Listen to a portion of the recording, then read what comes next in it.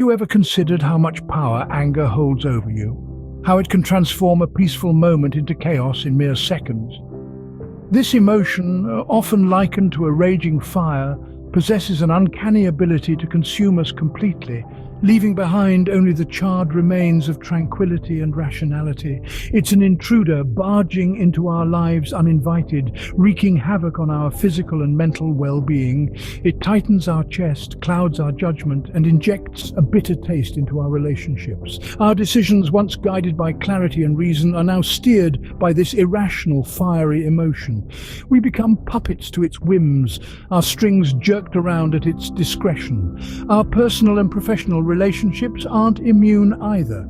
Anger can drive a wedge between us and those we hold dear, breeding resentment and discord. It's a corrosive force eating away at the fabric of our connections. But what if I told you that there are ways to tame this fiery emotion? Would you be interested? Enter Stoicism, a school of Hellenistic philosophy that teaches the development of self-control and fortitude as a means of overcoming destructive emotions. Originating in Athens by Zeno of Citium around 300 years BC, Stoicism has since then been a guiding light for many, offering a roadmap to serenity and peace. Its core teachings revolve around the belief that while we may not control everything that happens to us, we can control how we respond. Stoics strive to maintain tranquility by focusing on what's within their power and accepting what's not. Stoicism is not just an ancient philosophy, it's a practical life strategy. In today's chaotic world, where anger and frustration are just a traffic jam away, the Stoic principles of self-control, acceptance, and perspective-taking serve as a soothing balm. It's a timeless tool for emotional resilience and overall well-being. Now let's delve deeper into the Stoic techniques that can help us manage anger. The first technique is self-awareness, a cornerstone of Stoic philosophy. Imagine self-awareness as the compass of your mind. Just as a compass guides you through unfamiliar terrain, self-awareness guides you through the labyrinth of your emotions. It helps you recognize your anger, identify its source, and understand its impact. Think of your mind as a vast, bustling city. Anger, like a thunderstorm, can sweep through this city, leaving chaos in its wake. But with self-awareness, you're like the city's vigilant weather forecaster. You can predict the storm, understand its patterns, and take measures to mitigate its damage. But how does one cultivate this self-awareness? It's like learning a new language. At first, the words may seem strange and unfamiliar. But with consistent practice, you start recognizing patterns, understanding meanings, and gradually you become fluent. In the same way, by regularly observing your thoughts and emotions, you become more adept at understanding your inner workings. When anger strikes, instead of getting swept away, take a step back. Observe it as if you're a scientist studying a fascinating phenomenon. What triggered it?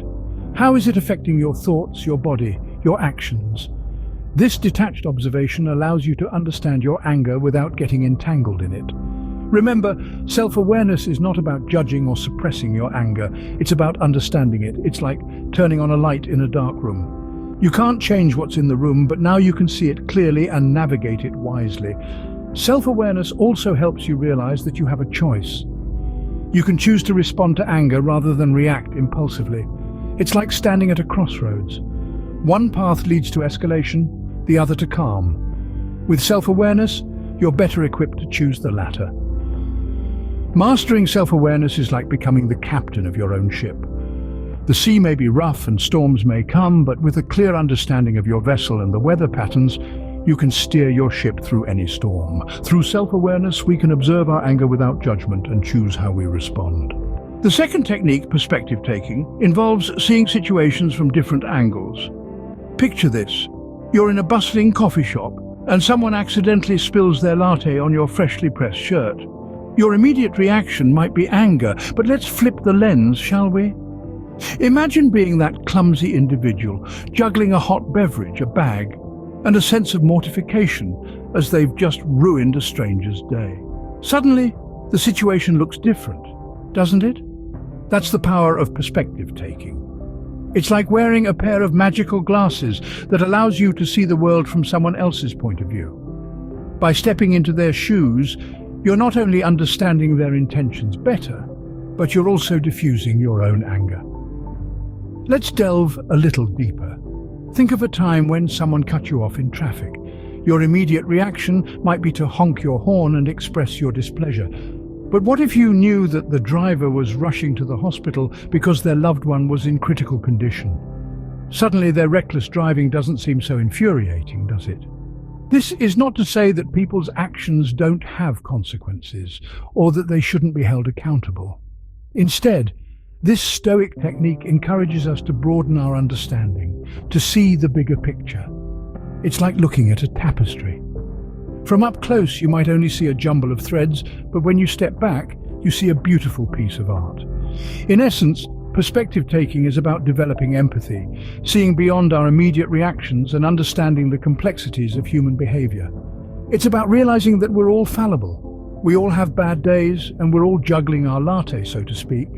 So the next time you feel your anger rising, pause for a moment. Put on your magical glasses and try to see the situation from a different angle. You might be surprised at how quickly your anger dissipates and how your understanding expands.